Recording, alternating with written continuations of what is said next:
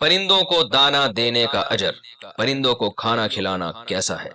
کیا یہ صدقہ جاریہ ہے یا صرف ثواب ہے؟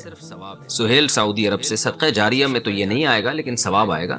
باقی یہ کہ ثواب بھی جب ہے جب اس عمل سے انسانوں کو نقصان نہ ہو رہا ہو، کیونکہ لوگ بالکل ہمارے ہاں سینس لیس قسم کے معاملات ہو جاتے ہیں۔ میں دیکھتا ہوں لوگوں کو، اس پہ میں پہلے بھی کئی بار بول چکا ہوں کہ آپ اگر جانور کی خدمت کر رہے ہیں تو اس خدمت سے انسانوں کو نقصان ہو رہا ہے تو پھر ثواب نہیں ملے گا اس میں۔ مثال کے طور پر ہم نے کراچی میں یہاں دیکھا ہے، کبوتروں کو لوگ روزانہ دانہ ڈال کے ایک جگہ گراؤنڈ ہے اس میں رکھتے ہیں دانہ، اس میں اتنے ہزاروں کبوتر جمع ہو گئے ہیں کیونکہ کبوتروں کو پتا ہے کہ بھائی روزانہ 6 بجے اتنے لوگ کراچی میں یہاں گراؤنڈ میں دانہ ڈالیں گے، تو سارے کبوتر پورے ادھر ادھر نا، ان کے مخبریاں ہوتی ہیں، وہاں فری پھوکٹ میں دانہ مل رہا ہے، تو کبوتر جا جا کے کھائے جا رہے ہیں، پھر وہ پھیل رہی ہے ان کی نسل اسپیڈ کے ساتھ، پھر ان کی بیٹیں، ان کا کچرا پارکوں میں، ویسے ہی آج کل صفائی نہیں ہے آپ کو پتا ہے، اوپر سے اور کبوتروں کی بیٹیں، پھر وہ ان کی نسل بھی بڑی اسپیڈ سے بڑھ رہی ہے کیونکہ اب بے روزگار ہیں، ان کے پاس کوئی کام ہی نہیں ہے نا سوائے کھانے کے، تو وہ بس کھایا اور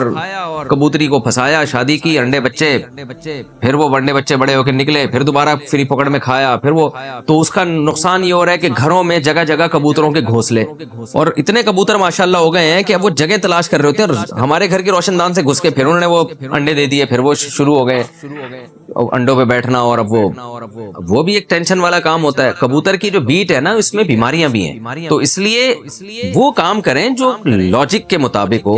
جانور کی خدمت پہ بھی ثواب ملتا ہے لیکن وہ خدمت جس میں انسانوں کو نقصان نہ ہو۔ ہمارے محلے میں ایک صاحب نے بلیوں کو کھلانا شروع کیا، تو ان کو بلیوں کو بھی پتا چل گیا بھائی 3:06 پہ یہاں چھیچڑوں کی ایک پوری ایک دکان لگتی ہے، پورے محلے کی بلیوں میں مخبریاں ہوتی چلی گئیں۔ وہ بلی نے ادھر سے بلایا بھائی انڈا مور سے، وہاں کے جا کے اپنی بلیوں کو بلایا، تم بھی آ جاؤ، وہاں سے بلے بھی آ رہے ہیں، وہاں سے بلیاں بھی آ رہی ہیں، ہوتے ہوتے بلیوں کی ایک پوری فوج جمع ہو گئی، روزانہ وہاں کے بیٹھ جاتی ہے۔ اب اس سے ٹریفک میں پرابلم پیش آ رہی ہیں، گاڑی والوں کو گزرنا مشکل ہو رہا ہے، اور پھر ان بلیوں نے ادھر ادھر، پھر وہ صاحب جب گئے ہیں نا وہ چھیچڑے چھوڑ کے، تو بلیوں کو تو وہ چھیچڑوں کی عادت پڑ گئی تھی فری کے، اب وہ بلیاں آ رہی ہیں، خود تو انہوں نے کمانا چھوڑ دیا، بلیوں نے بالکل ساری جاب لیس ہو کے بیٹھ گئی کہ بھئی ہمیں فری پاکٹ میں یہاں مل رہا ہے تو اب ہمیں جاب کرنے کی بالکل ضرورت نہیں۔ جاب لیس ہونے کا یہ نقصان ہوا کہ جب وہ صاحب موو ہو کے کہیں اور گئے ہیں تو بلیوں کو اب چھیچڑ نہیں مل رہے، اور ان کو وہ کمانے کی عادت بھی ختم ہو گئی، تو اب وہ بیٹھ کے اب جب بھوک لگے گی اور وہ عادت وہی ہری ہری کھانے کی پڑی ہوئی ہے، تو اب وہ کیا ہوا کہ انہوں نے لوگوں کی مرغیاں کھانا شروع کر دیں۔ تو میری بھی الحمدللہ 3-4 مرغیاں بلیوں کے پیٹ میں جا چکی ہیں، اللہ ان کی مغفرت فرمائے اور ان کے درجات کو بلند فرمائے۔ بہرحال تو اب نتیجہ یہ نکلا ہے کہ میں اس نتیجے پہنچا ہوں کہ بھائی جانوروں کی وہ خدمت کرو جس سے انسانوں کو نقصان نہ ہو کم از کم۔ تو یہ ٹھیک ہے، نبی صلی اللہ علیہ وسلم نے فرمایا ایک شخص نے پیاسے کتے کو پانی پلایا تو اللہ نے اس کو بخش دیا اسی نیکی پر۔ تو کوئی پیاسا جانور نظر آ جائے، کوئی بھوک سے تڑپ رہا ہو تو اس کو تو کھلائیں موت سے بچانے کے لیے، لیکن اتنا زیادہ وہ کر دینا کہ جس سے لوگوں کو، انسانوں کو نقصان ہونا شروع ہو جائے، یہ بہرحال کسی بھی طرح مناسب نہیں۔ ایک بات، دوسری بات یہ، بعض لوگ جانوروں کی خدمت میں یہ کرتے ہیں کہ پرندوں کو آزاد کرتے ہیں۔ وہ صدر میں ہم نے دیکھا ہے، کراچی میں چڑے پنجرے میں بند ہوتے ہیں، تو کچھ لوگوں نے منت مانی ہوئی ہوتی ہے یا صدقہ کرنے کے لیے آئیں گے، پنجرہ خرید کے اس پرندوں کو اڑا دیتے ہیں۔ یہ بھی کامن سینس کے بالکل خلاف ہے۔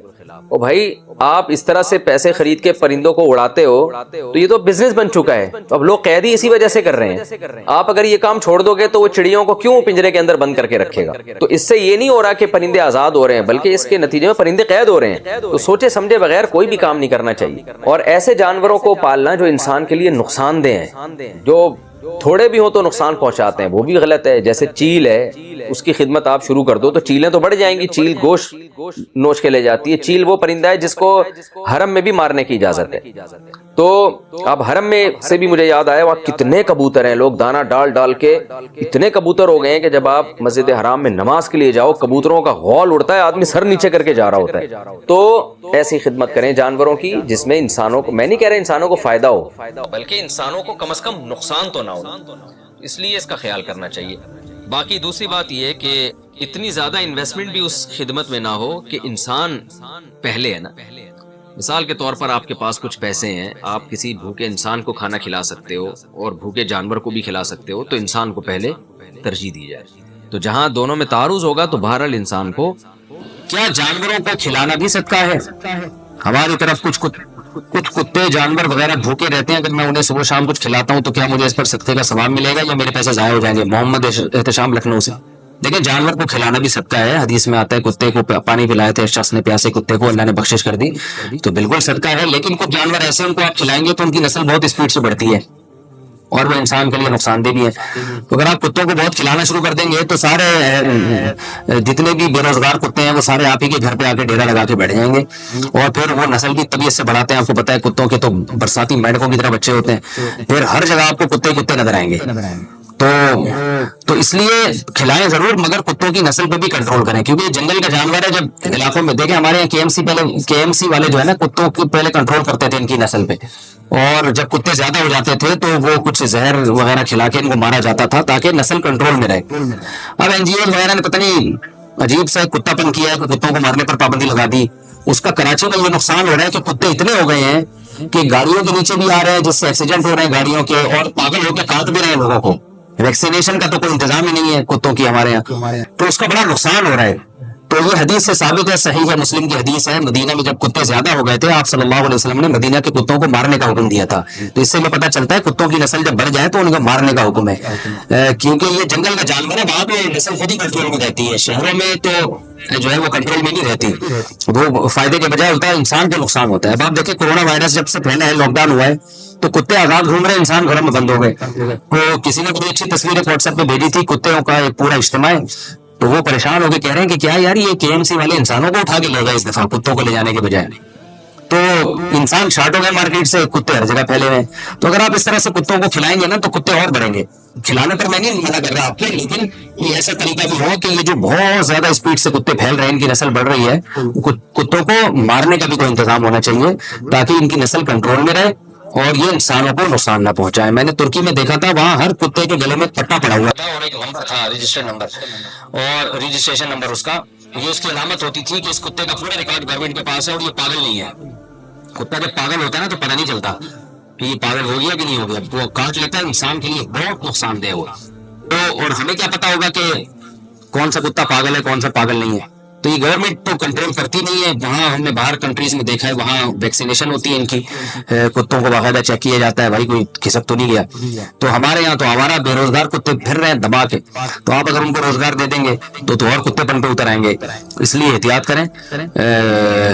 ویسے اگر کھلانا ہو تو میرا خیال ہے بکری پالیں، گائے پالیں، بھینس پالیں، مرغیاں پالیں، ان کو کھلائیں، وہ انڈا بھی دیں گی، آپ کو بھی کھلائیں گے۔ وہ بکری کو جتنا کھلاؤ گے وہ آپ کو بھی اتنا کھلائے گی، کتے کو کھلاؤ گے وہ کیا کھلائے گا؟ یا تو پالتو کتا ہو نا جو کسی مجبوری سے رکھا ہو حفاظت کے لیے، پھر تو ٹھیک ہے۔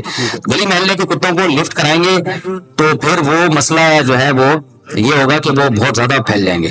ہمارے محلے میں ایک صاحب تھے، وہ بلیوں کو کھلاتے تھے بہت، تو اس کا نتیجہ نکلا کہ پورے محلے کی بلیاں ہماری گلی میں آ کے جمع ہو گئی تھیں۔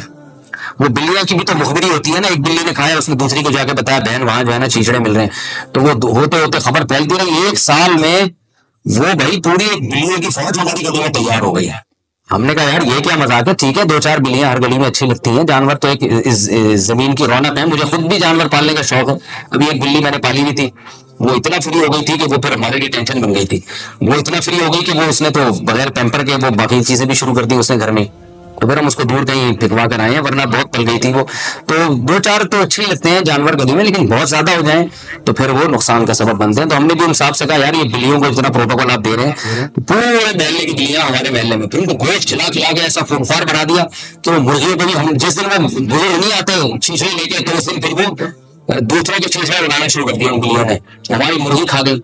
تو جانوروں کو کھلائیں مگر ان تمام چیزوں کو مد نظر رکھ کر۔ بعض لوگ چیلوں کو کھلانا شروع کر دیتے ہیں، بھائی چیل تو انسان کے لیے نقصان دہ جانور ہے، تو چیلوں کو آپ گوشت ڈالو گے، چیل تو خونخوار جانور ہے، وہ ساری چیلیں آپ کے محلے میں جمع ہو جائیں گی، پھر کوئی گوشت نہیں لے جا سکتا۔